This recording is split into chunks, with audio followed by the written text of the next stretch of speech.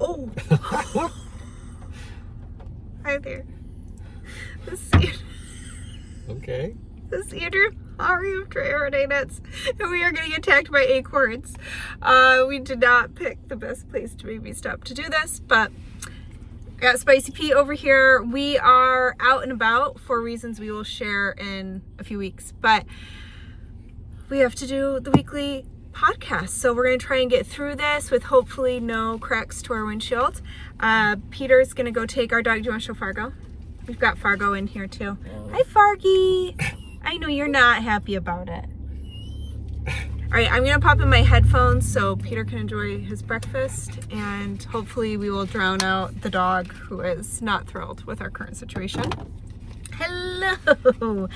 Today I'm wearing Hey Sailor, which is my newest pattern release. It just came out on Tuesday, and it is completely reversible, which is the most fun part of this design. When I started trying to come up with ideas for this, I was thinking about our summer travel that we had planned and how hard it is for me to pack in an efficient way. I am an overpacker, I admit it. I don't know how I can be expected to know what I'm gonna wear in the future. I don't know what I'm gonna feel like that day.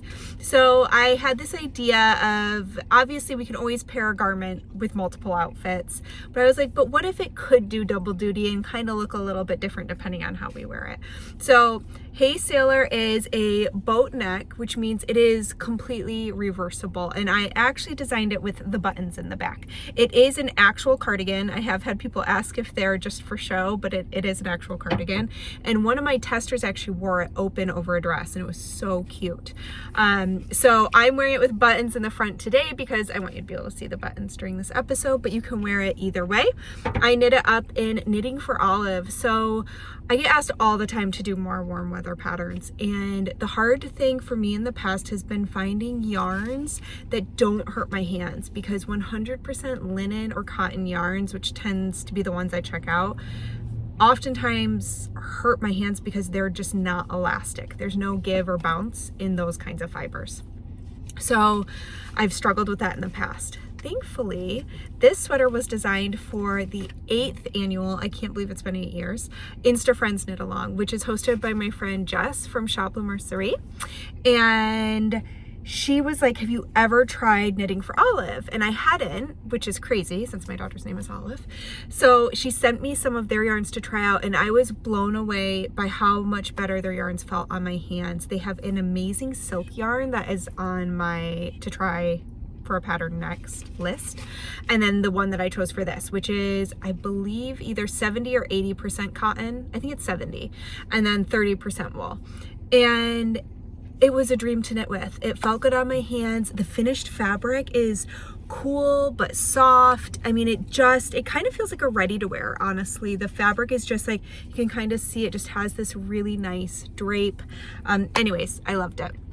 So that's the yarn, Knitting for Olive Cotton Merino, I think is what it's called. And yeah, this is what we're gonna be knitting for the Insta Friends knit along.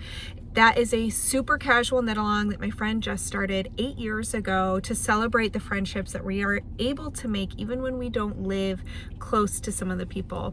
So having platforms such as Ravelry, Instagram, those different, obviously YouTube, those different social media outlets that have allowed us to meet people, which especially, and I really relate to this, when you don't have local fiber knitting pals, other people who like to do the hobbies that you like to do. And so I've definitely had times in my life where I've lived in areas where I just didn't know anyone else in that knitting community, and I've been able to find those friends, especially through knit alongs. I met one of my best friends through a knit along, and we lived on opposite sides of the country. So anyways, just wanted to celebrate that and keep it really casual. So the whole thing happens on Instagram. You just use the hashtag Insta Friends knit along, but instead of writing out knit along, you just do KAL. So Insta Friends Cal 2024. And I wrote that below, so you can find it in the show description. And then you can tag Jess, which is Shop La Mercerie, and myself, which is just Andrea Renee Knits, and we'll make sure to share your posts in our stories and everything like that. We have some fun prizes, so you can head to either of our Instagrams to see our post that includes all those details for you. But it's already started. We kicked it off right away. It just started this week, and it will go through January 31st. So you've got a nice long stretch. We didn't want it to feel too short with the holidays being in there, so you can kind of take your time, and hopefully you'll have a brand new perfect top for things like spring break and vacations, and then obviously for summer vacations next year. I personally love to knit for the season that's coming in the season before, so that I get to wear the thing when that season arrives.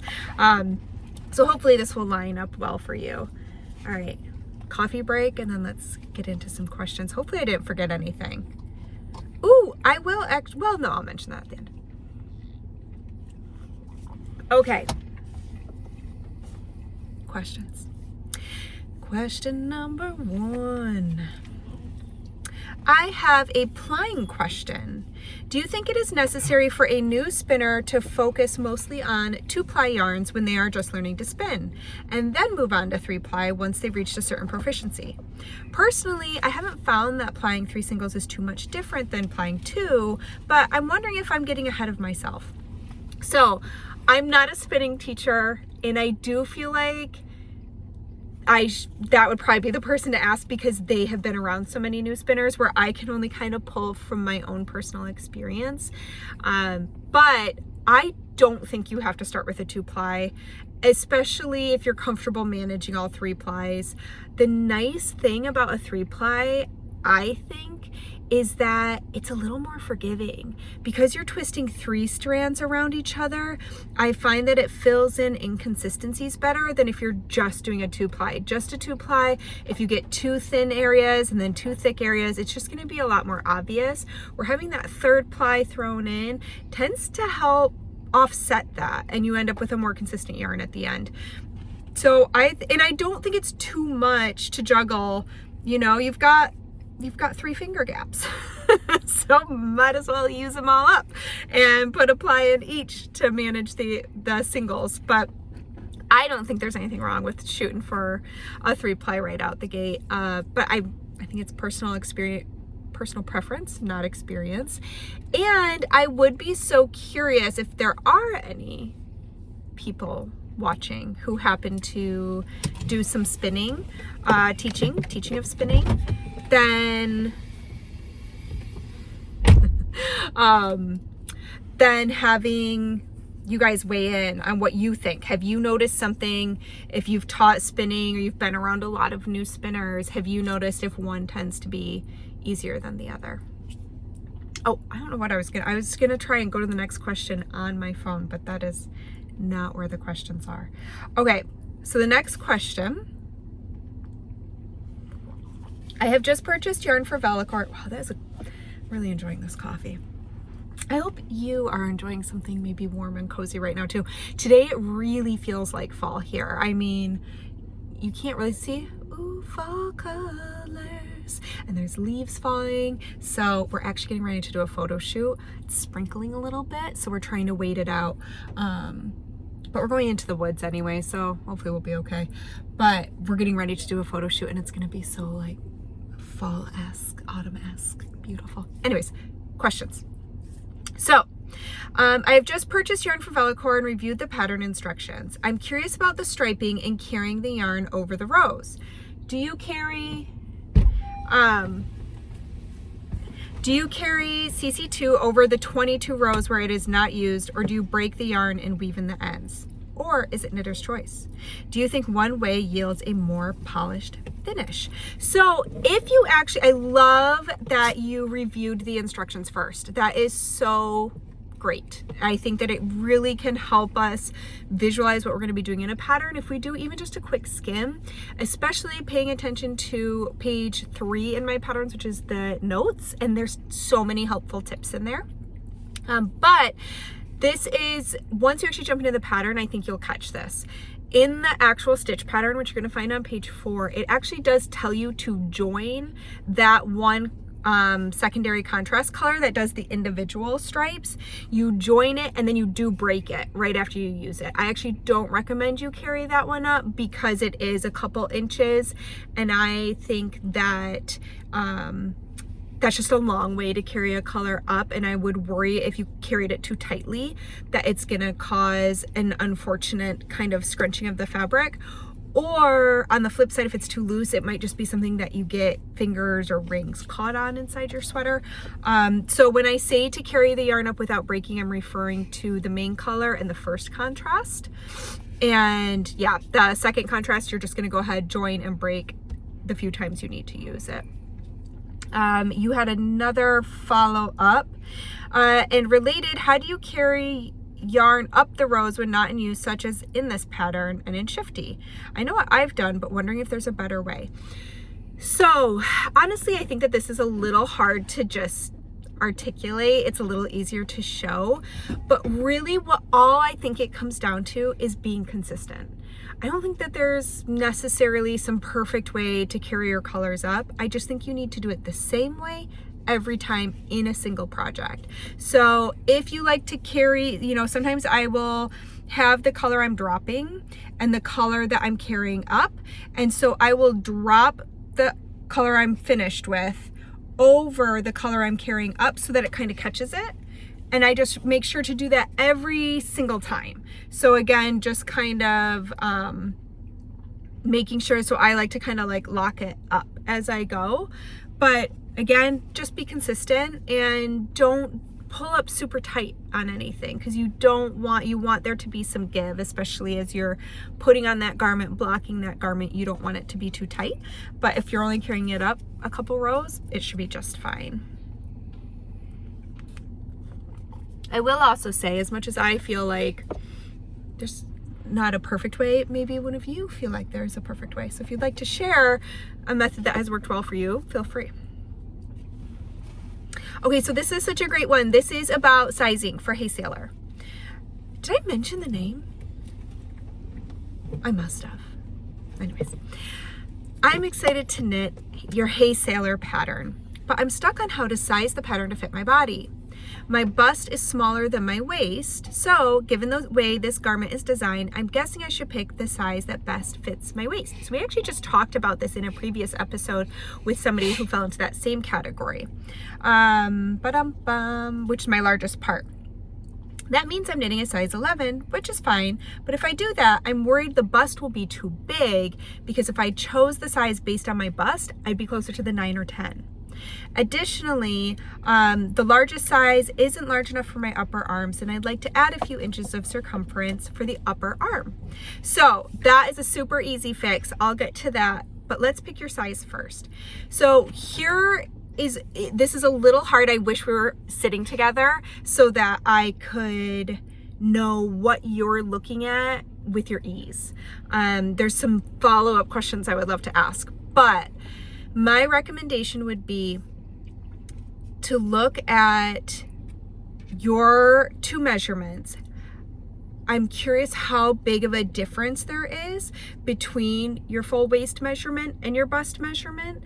And based on that, what came to mind for me is that I would recommend you go to the lower end of the ease recommendation. So for this pattern, it's recommended to be knit with 4 to 8 inches of positive ease. So for you, I would go to the 4 inches. So take your waist measurement, add 4 inches, and see which size is closest to that, because that might help you split the difference between choosing, let's say, the 10 or the 11. Maybe the 11 is going to give you 6 inches of ease, and the 10 would give you the 4 or whatever it may be, but then I would go down instead of up. One thing you could also consider doing is adding some decreases. So the tricky thing is the fact that this is a continuous stitch pattern, but it is going to be hidden at the underarm, and you would probably want to start it right at like your under bust. So I don't think it would be horribly noticeable, and I would just pair some decreases right up here if you do need to remove a couple extra, let's say another 2 inches of fabric, so that you don't feel like it's too big in the bust. One thing to consider is that the bust does kind of fold down. So you can see I have a decent amount of positive ease there, and that does kind of drape and fold down and it becomes like the sleeve cap of your sweater, if that's helpful to think about. Now let's talk about the sleeves. So that is a super easy fix for anybody who wants to change the upper arm circumference of the sweater. All you want to do is shorten or lengthen the yoke depth. So we have this area here is where we would measure for the upper arm, and it's going to be a bit shorter than if you measured from here, because we do some shoulder shaping in here so that it fits our neck nicely. So in this area, what you would want to do is add, so let's say you wanted 3 to 4 inches. So what you want to think about, let's go 4 because it's an easy round number. So what you would want to do is you would want to add 2 inches of depth, because adding 2 inches to the front and 2 inches to the back, once you are knitting around that whole sleeve, is going to give you the 4 inches. And that would actually be pretty close to just doing a full repeat of the stitch pattern. So that's all you would do. You're in the yoke, and instead of stopping at whatever the inches I say in the pattern, you would just go ahead and add that extra repeat. And now your armhole opening is going to be the right size for you to get the circumference you want. And then for the sleeves, again, this is a pretty easy stitch pattern to modify with. It's a 10 stitch repeat.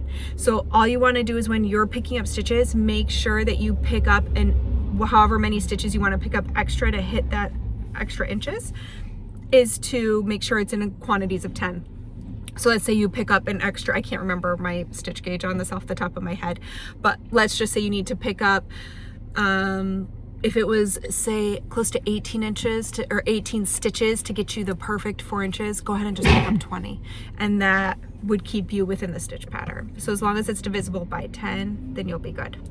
So there you go. I hope that helps you make a perfect Hey Sailor. Okay, next question.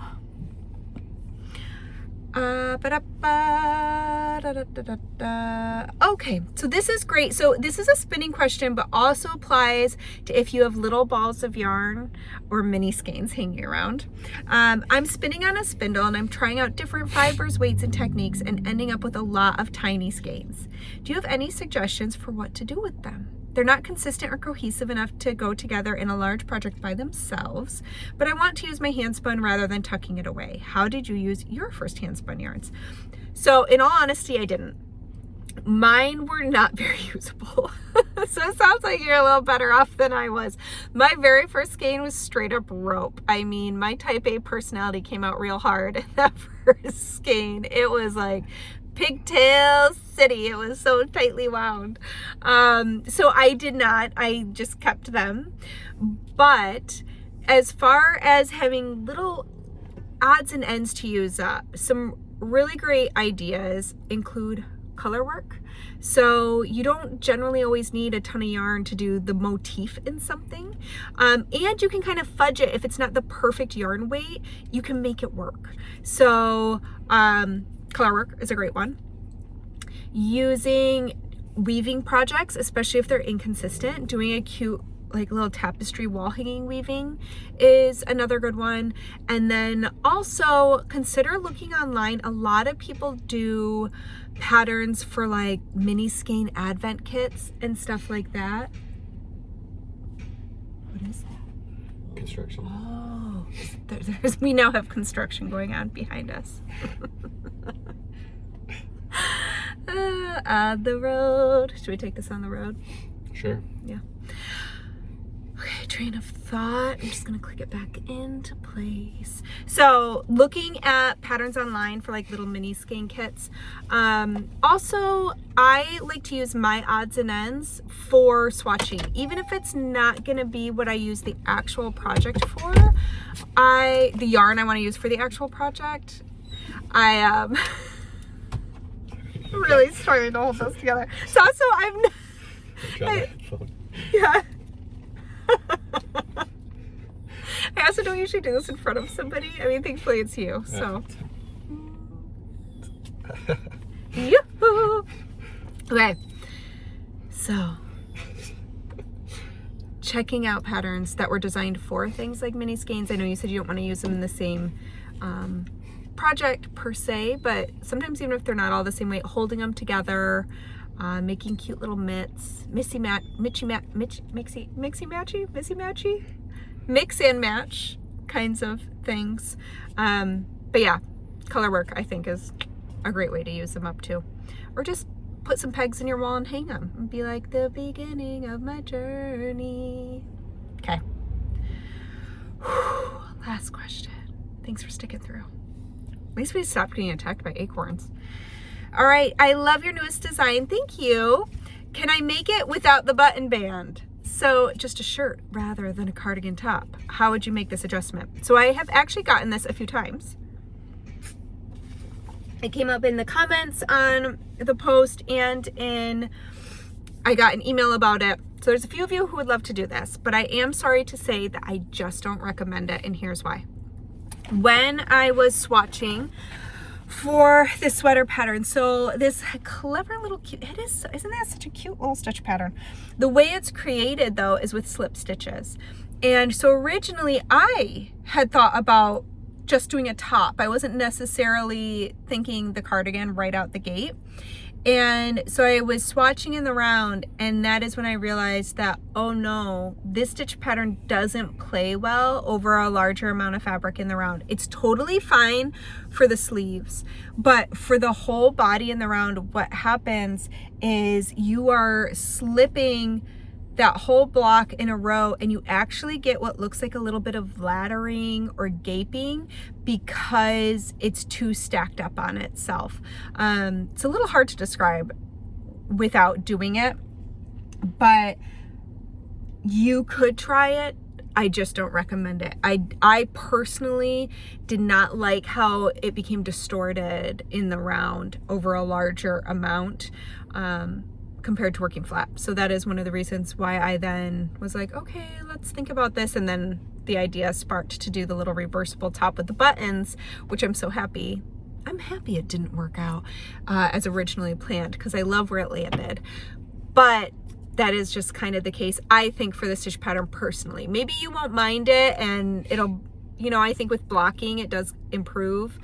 But for me, I just wasn't happy with the outcome when I worked it just in the round, unless it was a smaller area. The smaller area was fine. It didn't get overly distorted because it was just such a small patch of it. But over time, I think you're gonna notice that distortion more.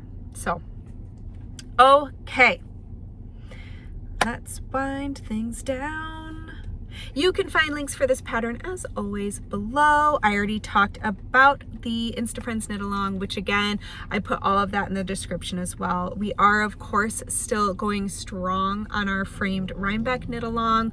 I cannot believe we are only a month out. I'm not ready. I cannot believe. I just don't understand what happened. It was July and then I blinked and now it's mid-September. But I also can't wait. It's gonna be so much fun. We have our next Instagram live coming up in October. And in that one, we're gonna do some outfit inspirations. We're gonna show you me, the spin cycle, Kate and Rachel, and Candace from Farmer's Daughter Fibers. We are gonna kind of talk about how we envision putting that sweater together with some outfits. So that'll be really fun because we all have pretty different styles. So it'll be kind of fun to see how we all work with it in our own wardrobes. So that's coming up, and all of this is below. But the spin it to knit it knit along. You know what I love is that I still see people just now jumping into the Traveler spin it to knit it knit along, and I love that. It's so much fun about having a year-long knit along is, I mean, you can join right up to that, to the last week. If you've already got yarn, you can just jump in and knit a cowl. So anyways, I always include that information below because it's such a long ongoing knit along. And lastly, there's so many knit alongs right now, which I love as we get into this fall season. But lastly, Wool and Honey, which if you remember, I have a sweater named Wool and Honey because in northern Michigan, which I'm from Michigan, Michigan always has my heart. And that is one of my favorite shops in Michigan, which is up not too far from where we used to have our cabin. My mom had a cabin. And it is a great, super sweet yarn shop up in northern Michigan. And they just let me know that they're gonna be hosting a knit along featuring my broom sweater. So I was inspired to knit broom after a trip back home to Michigan. I was up in Petoskey, and you just need a cozy, high-necked, really soft as a cloud kind of sweater. So that is how broom came to be, and they're hosting a knit along for it. So I'm gonna go ahead and link to that too. They are doing super fun prizes, and they've got a pretty good discount going on yarn and needles, and there might even be a little broom sweater pattern discount in that you get through them. So I think that's everything. Do you want to say anything else? You're gonna have to duck in. Oh, you know what? I would have to take these out so they can be there. Yeah, I mean, I think we should take this on the road. I don't see why not. I can just drive the country, and you can just, Yeah, we can get an RV. Yeah. I used to want to do that, remember? I had this whole idea for this series. Oh yeah, that's right. Where we would just drive. It's like before kids were in school. I was like, we just drive around and I'll design patterns based on where we are and the knitters we meet. Yeah. Yeah. And then we realized we're homebodies. Yeah. All right. You want to say goodbye, Fargo? He's a good boy. Oh, he immediately turned. Hi, Fargy. He's like, why do you do this to me? All right. Well, thank you so much for putting up with this wonky I'll knit if I want to this week. And I hope to see you here next week. And I think that's all I got. Happy knitting. Have a great weekend. And we'll see you next time. Bye.